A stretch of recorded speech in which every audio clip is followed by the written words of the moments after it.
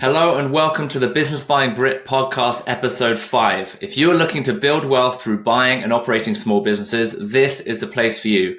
We'll be telling the stories of the men and women who have gone before you, how they've done it, hearing what has gone well, and importantly, what has not gone well. Ultimately, our goal is to learn from their wisdom so that your journey to buying that first business successfully can be accelerated. Today, we have Mr. Joe Wechsler. Joe is a serial business owner, investor, has had some major wins, and I know also some major challenges he's had to overcome along the way. Joe, thank you so much for being here. I look forward to unpacking your business buying wisdom. I'm excited to be here. Let's do it. So I know that your background, like you spent some time in the Big Four like I did, but could you in your own words just give us a brief overview of your background? And B, was there a pivotal moment or realization that inspired you to leave your corporate job and buy that first small business? Yeah. First of all, thanks for being here. Thanks for having me. Super excited. I spent most of my career in management consulting. There was a time before that where it was, the first few years out of college, I was doing small family-owned business work. I was either working in restaurants or did real estate development and construction management for some small businesses. My goal was always to be in consulting. I didn't know why. It just sounded sexy. So I got my MBA full time and then transitioned into management consulting and spent probably 10 plus years, about 10 years, doing that for large Big Four and then a smaller boutique firm. I did strategy, organizational structure and design, mergers and acquisitions for big companies. I would say my last firm was a small boutique. I was a partner at that firm. And that's the first time I actually felt the responsibility of owning a business. I wasn't alone in it, and I was very, the minority partner in the business, but had full visibility into payroll and revenue and contributed a lot to growth and strategy and all those things. And that kind of mindset of switching from having a job and a paycheck to generating revenue was probably the first thing. We kind of plateaued. We grew the business pretty well and plateaued and ended up selling our business to a larger M&A advisory firm. And it was around that time that I was learning about not just revenue generation, but asset acquisition and understanding what owning an asset meant. I'd never done a lot of real estate. I was late to read Rich Dad, Poor Dad and all those things. But that was the lesson I learned. So my pivotal moment was, having this consulting business, selling it, realizing I was still in the ultimate trading time for money profession and not having any real assets.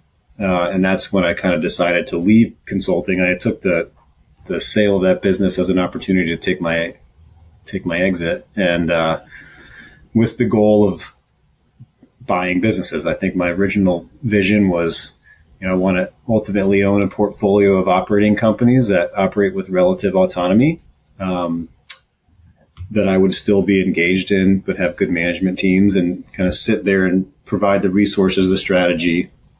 And I didn't know if that was going to be 2 companies or 20, and we're well on that journey now. So how old were you when you had that pivotal moment, where you had that exit and you then wanted to make that transition from exchanging time for money into the more investor world? Late 30s. So, okay. I'm 42 now. I'll be 43, I guess 42 and a half. So yeah, it was late 30s, pretty late. Still plenty of time, a lot of energy. I think that's a really important point for people listening, because in this day and age with social media, people can get to like 25 and think, man, I'm such a failure. I haven't done anything with my life. I still don't know what I'm doing. So it's really inspiring, I think, to hear that you had your pivotal moment, kind of late 37s, really like late 30s or... I was probably 38, 39, 39 certainly once I actually got started in it. Okay. So honestly, I think it would have been harder to do any sooner. The experiences that I went through, both in the large consulting organizations, working for large multinational firms, most of my consulting was international. So I got to see a lot of different team dynamics, a lot of different cultures, in a pretty safe place to learn all those things, which I think, and then converting to that small boutique firm as a partner, once again, it teaches you, business acquisition is not passive. That. So had I tried to do this in my mid-20s, late 20s or whatever, I think I probably wouldn't have been in a place to actually do it the way I'm doing it now. So I think that's a good point in terms of you basically made the most of the opportunity you had. You may not have known that you were doing it at the time, really, like what it was going to lead to, but by taking advantage of where you're at right now, there will be something, whatever you're doing, you could learn to do it with excellence, and you could learn, work discipline. And even if you feel like it's not, because my follow-up question, I suppose, is, do you need to have a resume like yours? Because your resume is very impressive. But like, even if someone's listening and feels that their resume is not that, like, there's still something probably right in front of you you could do, and you could learn to do with excellence that will prepare you for maybe a future or in the world of small business acquisition. No, I think that's very well said. No, you don't have to have that resume. I think if you have a good grasp of the business, if you can work with people, I think that's the other thing about businesses is there's people involved. So if you have some real human empathy, you're committed to a value set that supports that type of interaction, then you don't have to have 10 years in management consulting at big companies. That's not a prerequisite, in my opinion. But yeah. So the first thing you pulled out was empathy. That's interesting. You didn't say accounting. You didn't say sales experience. You said the ability to connect with people. I spend 90% of my time on the businesses I own is on the people and the culture.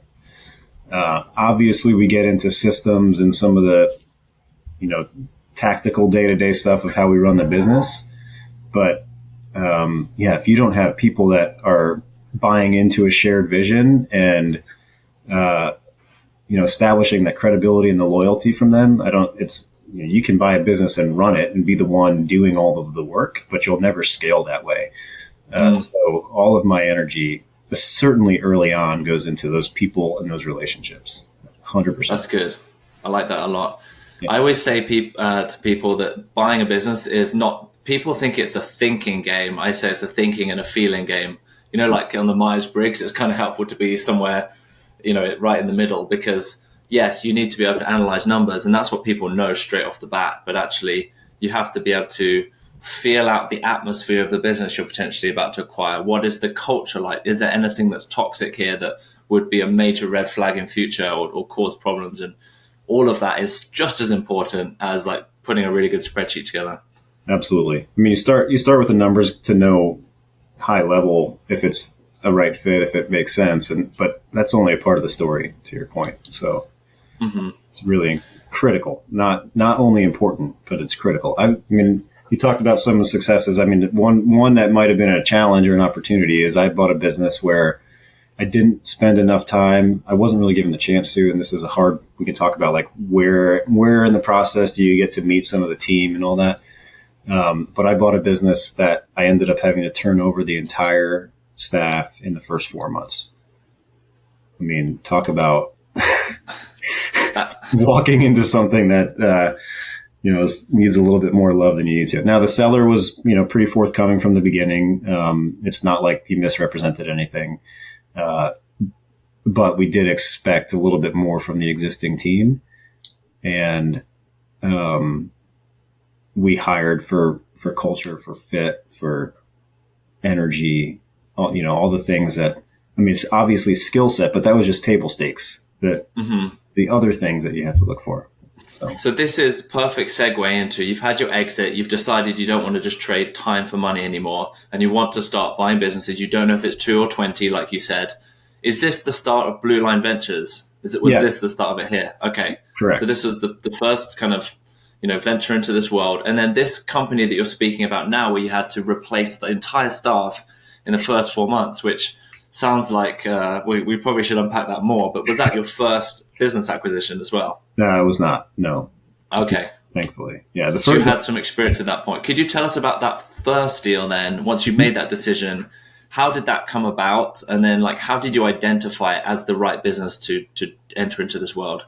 Yeah. Wow. So I spent a good amount of time kind of getting some clarity for myself about what I was looking for, why I wanted to do it, what I wanted my kind of day-to-day to look like, what I thought I brought to the table. When I first started, I, had this, as a generalist management consulting, I thought I could kind of just buy any kind of business. It'd be fine. Like, I don't have a specific industry skill set. Realized that wasn't helpful. So anytime I talked to somebody about what I was looking for and I wasn't able to articulate what I was looking for, they couldn't help me. And so I spent some time on that. I ended up narrowing my search down to home healthcare businesses with one partner. Most of the consulting I had done in the previous maybe 4 years of my career was healthcare. So there's some reasons why I went there. And then I also did mostly manufacturing and distribution for the rest of my career. So I was looking at manufacturing businesses as well. The first business that I got under contract and way down the line with was a multi-location home care business. There was a couple entities involved because they did hospice as well. And that was a deal I found through a relationship with an attorney, just networking. Mentioned what I was doing and what I was looking for, and he instantly thought of a client he had a couple years ago and thought it was a good fit, which was an incredible process because then he made the introduction. It was a warm introduction. She hadn't thought about selling yet, but knew it was getting close to being time. So we got to go through that process together, and I kind of led her through that, which was really incredible. This one was a tough one, though, because about a week from closing, we had all the documents done, all the funding, all the financing. I had actually even been introduced to her, the whole company, as the new owner. And then the next day she backed out. So took some wind out of the sails. Wow. She backed out because we had uncovered some IRS liability during due diligence that would have transferred, which we totally carved out of the whole transaction, and her attorneys, having discovered that as we did, advised her that she wasn't able to sell her company at that time for that. So really good business, really great underlying financials and systems and teams, but just like a weird bogey that was 10 years old that couldn't overcome that. Wow. There's a couple of things I want to pull out. One is, we often talk about and advise people to find where you have an unfair advantage. So you spent some time, you basically thought about what I call a buy box, like what do you want to buy? And then as part of that, where do you have experience that maybe gives you an edge over other people? So manufacturing and healthcare, that's a perfect example. Like, you've been deep in those industries, therefore I'm probably better suited to look at those types of businesses. And then the other thing you just mentioned about that IRS, I mean, that just highlights how important diligence is. Like, to do diligence properly. I mean, you could have ended up, buying, if you hadn't, done your diligence properly, you could have ended up buying that and having this liability transfer over to you. Yeah. I mean, obviously you carve as much out as you can, buy the assets, not the stock in that scenario, and have some firewalls, but the IRS has long arms, so, and it probably a transaction would have triggered some action on their part. She had letters every year from the IRS going back like 12 years saying, you owe us this, and she was just fighting it. So, wow.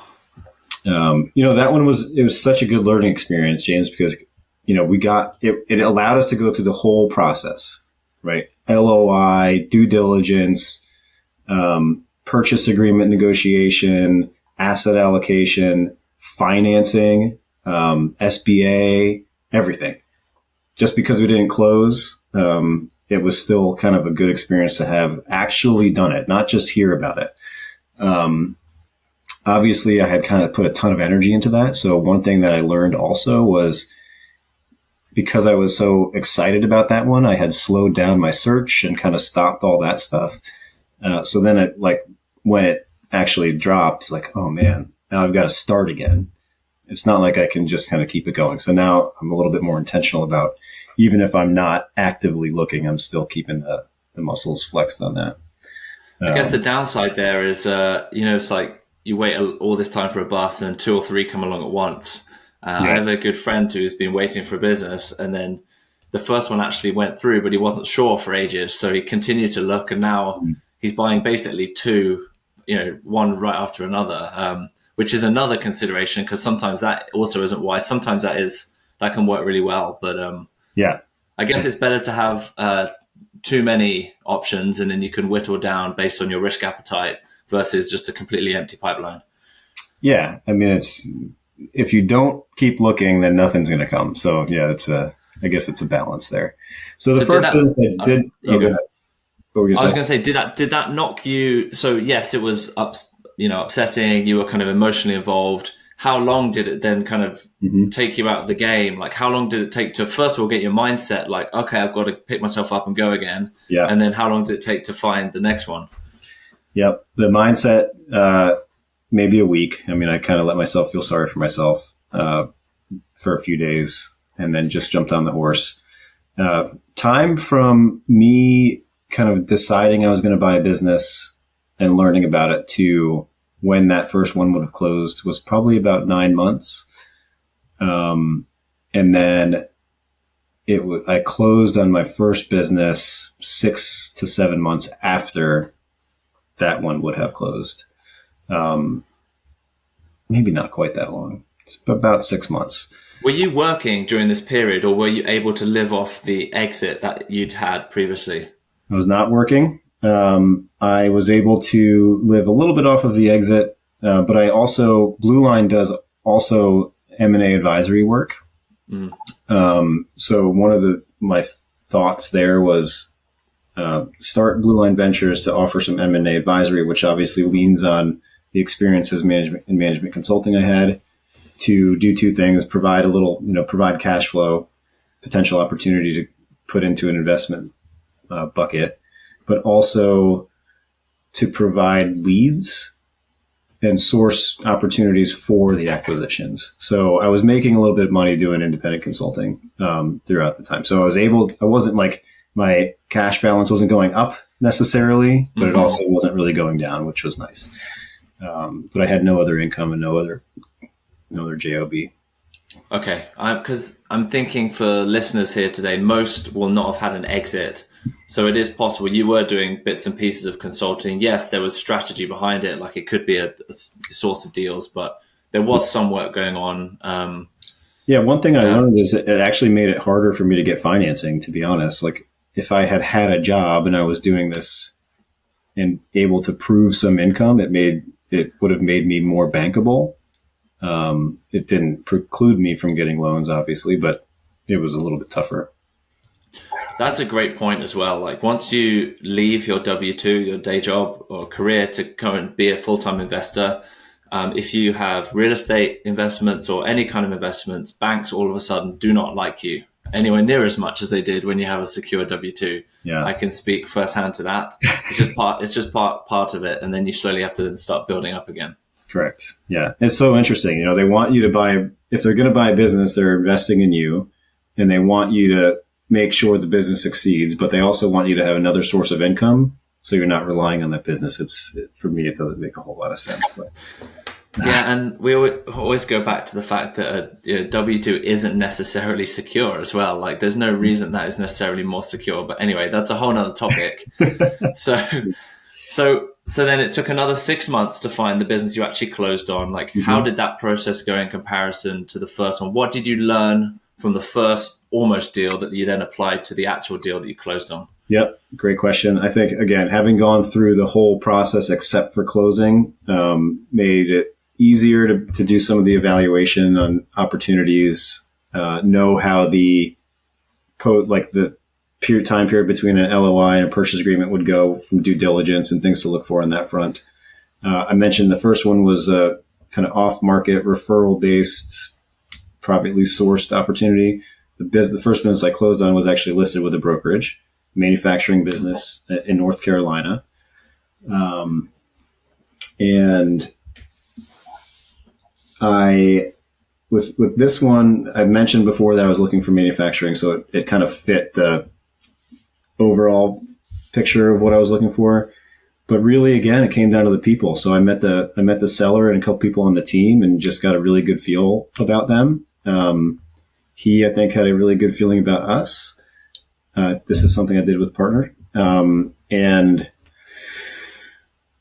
the purchase price wasn't listed anywhere, so we did our own evaluation, did some projections, came up with what we thought was a fair multiple. He accepted it. Did some seller financing, SBA loan, some down payment, and we're 2 years on now. And I talked to him yesterday, and it's a great relationship. So there's some really interesting things to draw out here. So first of all, location. How far away was this North Carolina location from you? It's about a 3-hour drive. Okay, so it's not right there. So how did you feel about doing one that wasn't an easy drive away? Yeah, this one, from the beginning, my goal was not to buy something that I had to be in day to day. That said, it's not, I have no illusions about not being completely absent from any business I own. So it was close enough that I was there. Certainly for the first 3 months, I was there every week, right? I would drive up, I'd spend 1 or 2 days there, with the goal of really focusing on those relationships, right? Make sure that the team and I have a level of trust and loyalty, and understand the dynamic of the business, understand the culture, how and if I would impact that. And all of that time really helps now when I have to make a decision. If I didn't have that time in that context, it'd be hard for me to make the right decision for the company. But it's a wonderful team that I think we have a really great relationship together. The seller did stick around for 12 months. So part of the purchase agreement was a 12-month transition period.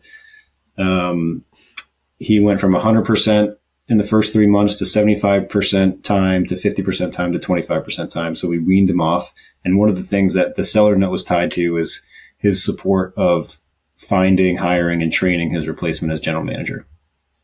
That's good. I like that. Yeah, it's worked out well. So we hired somebody right about the 3-month mark. And I spent a lot of time with him, kind of ingraining the team there and coming up with some shared strategies and ways we could improve the business. And since then, it's just been great. So I probably at this point go visit them in person once a quarter, spend an hour a week kind of connecting, looking at financials and metrics and talking to them. And it's pretty much how it is. That's great. How much has the business grown in the couple of years you've owned it? Yep. So the year we bought it, it did 2.7 million in top line revenue, reportedly 740,000 in earnings. I say reportedly because we did not experience that in the first year. Talk about that too. But this year we're on track to do just north of 4 million in revenue, and just north of 1 million in earnings, pre debt service. So, it's been a really good journey for us. So if I use the same multiple that I bought the business at, which 3.38 based on what it was reported to be, and applied it to what it'll be this year, we've grown the value of the business by 44%. Fantastic. That's great. Yeah. And you said earnings, like what kind of earnings metric did you use? Did you use seller's discretionary earnings? Did you use EBITDA? Like how did you think about that? Yeah, we used seller's discretionary earnings. And this was an old school guy. He was a second generation owner, kind of a good old boy, if you will. And there was not a lot of noise in the financials, to be honest. There wasn't a whole lot of add backs that needed to be considered. And that actually came out to be true. So that's the number we use. There's a couple things, some of the rent and some of that stuff, but we kind of normalized all that and got to a pretty good number. Is there anything you would have done differently looking back at that first deal you closed on? Is there anything you would have done differently if you were to do it now with all this extra experience? That's a good question. I would say the one thing that I wish we had done at the beginning that we didn't do is buy the real estate with the business. Now, I'm not suggesting that every time it makes sense to buy the real estate and the business together. But I think there are some businesses where the real estate kind of makes sense to be part of the business. And this is one of those scenarios. And I think the main reasons I say that is, one, because the value of the real estate today compared to what it would have been if we had done this a couple of years ago was like double, right? So we're in the process of now trying to buy the real estate, and we're going to pay $2 or $3 million more than we would have if we had actually tried to do it at the beginning. So that's that's something. But also, having a landlord in this scenario hasn't really benefited us. We have a great relationship with them, of course, but there's some improvements and some deferred maintenance that we want to do or have done on the building that he's not necessarily willing to do. So there's some of that that's we don't have the full control of the whole space, and that's really important in a manufacturing business. All of our equipment is connected to the building and really expensive and hard to move to another location. So that's why I say it makes sense in this scenario.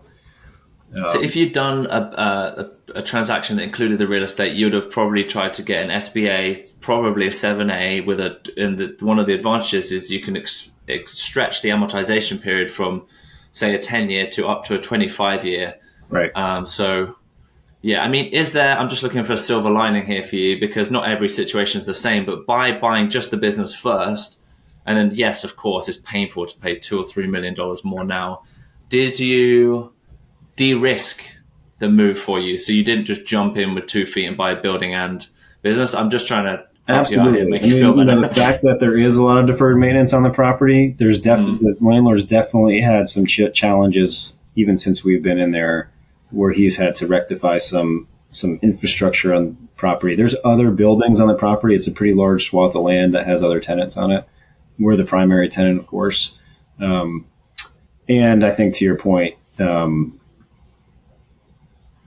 we do still have a little bit of flexibility because it's just the business and not the property. So,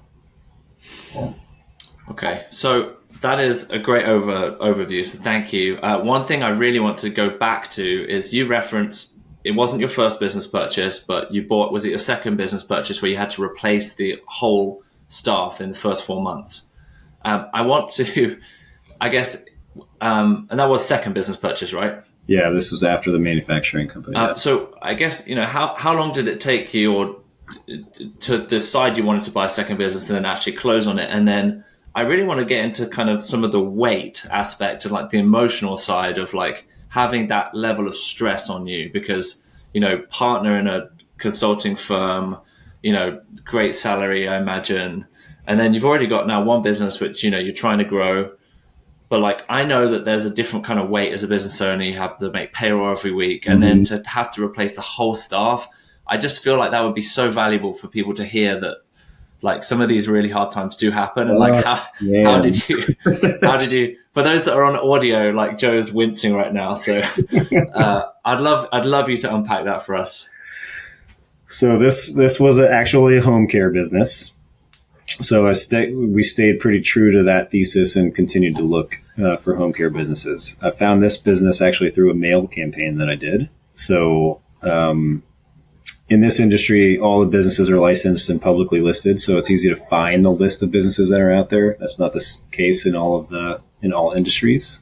So my process was to go through the whole list, kind of narrow some geography on it, and then my litmus test was literally going through the websites. And if they had a decent looking website, they stayed on the list. If they didn't, they got removed. It was super technical, and but that was it. And then I just sent handwritten letters to each of them. I think I sent out 24 letters.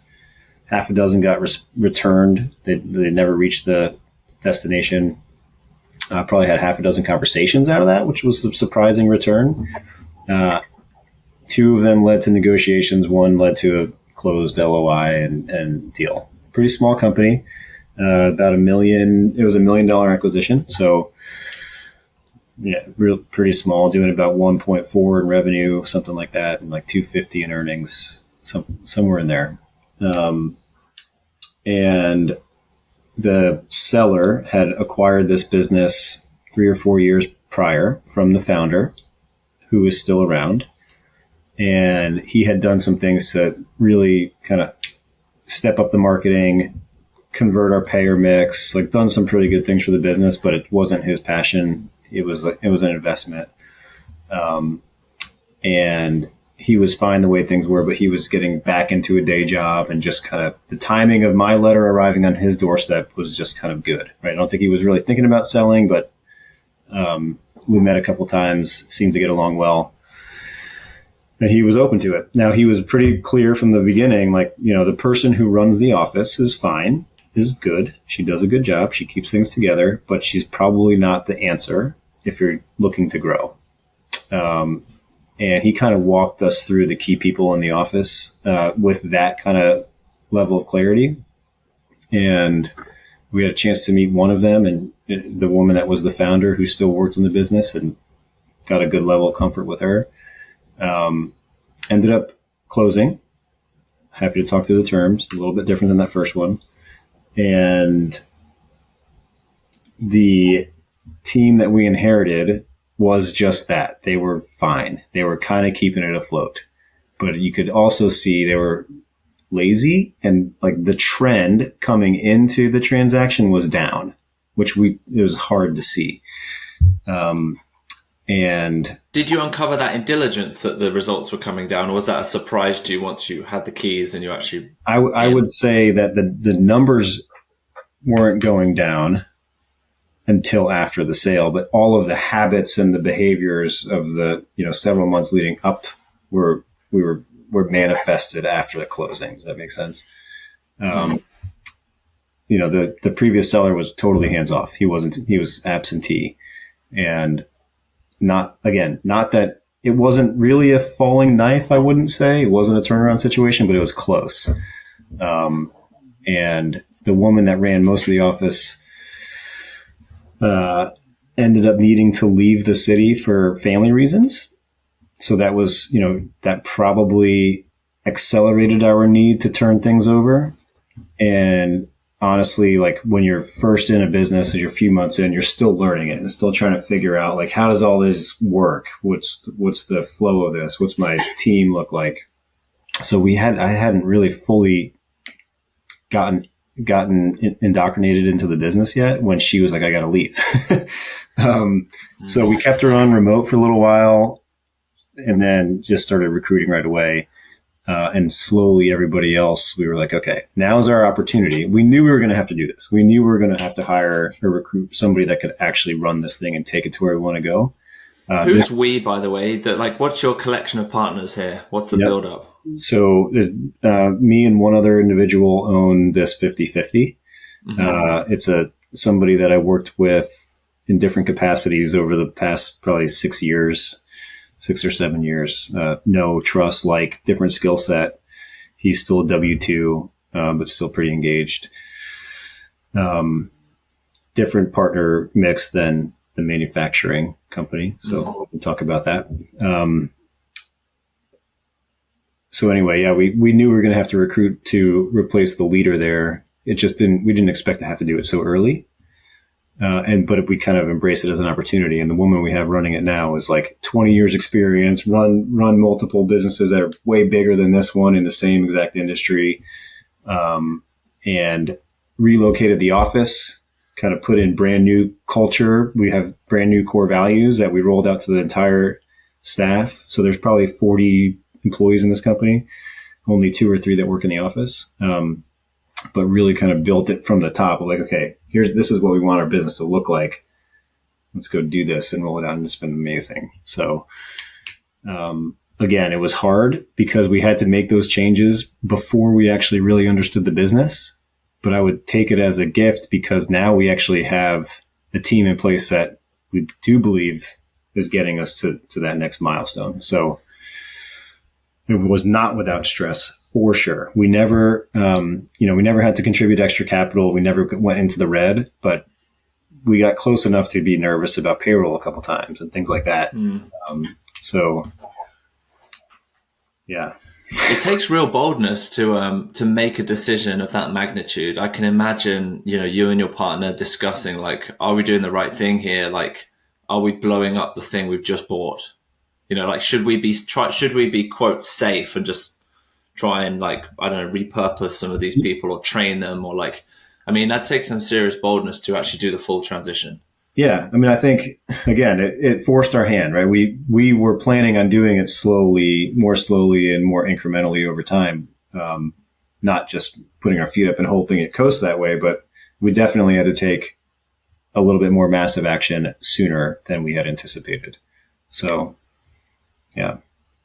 I think, I don't mean to kind of jump off it, but one thing I've learned as well, coming from like a big corporate setting to like small business, like, often, like, you just have to take super decisive, like, in big corporate, there's lots of layers. So it's like, oh yeah, I made a decision, but let's run it up or pass this person. And it's like all these like formal channels, everything has to go through. In the small business world, generally to win, you have to make clear, decisive action, and it has to be bold. Yep.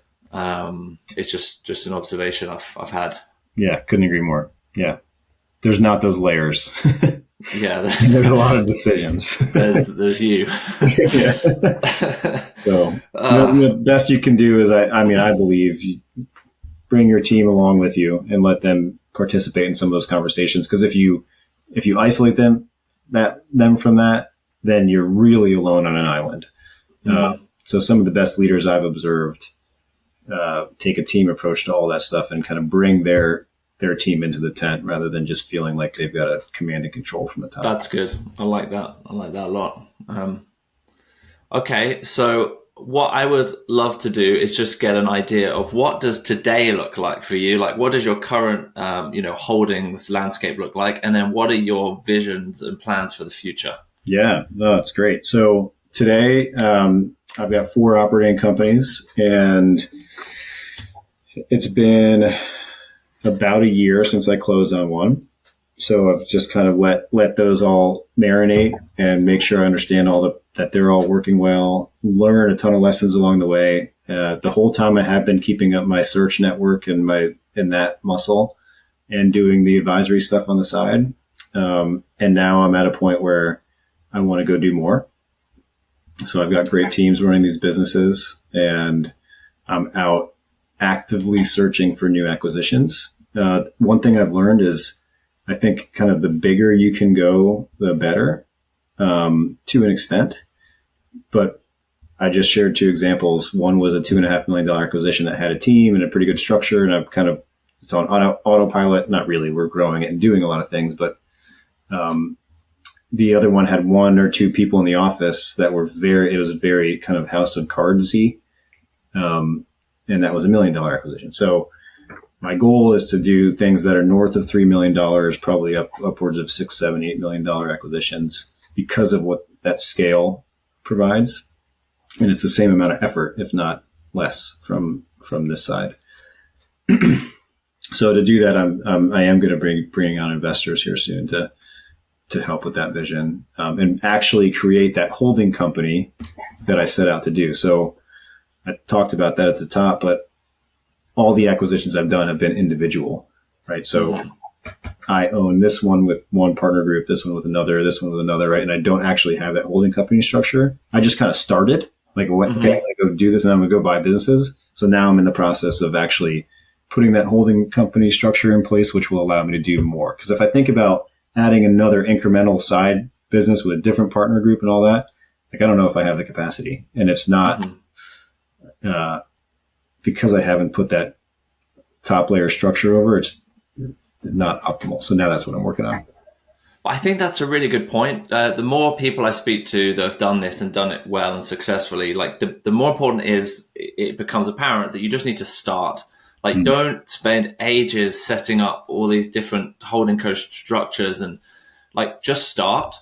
And then, yeah, maybe you get a second opportunity. Maybe at that point you consider a hold co or something like that. But, like, honestly, it's better to jump in, learn through experience, and get going, as you said. Like, I just think that's so important.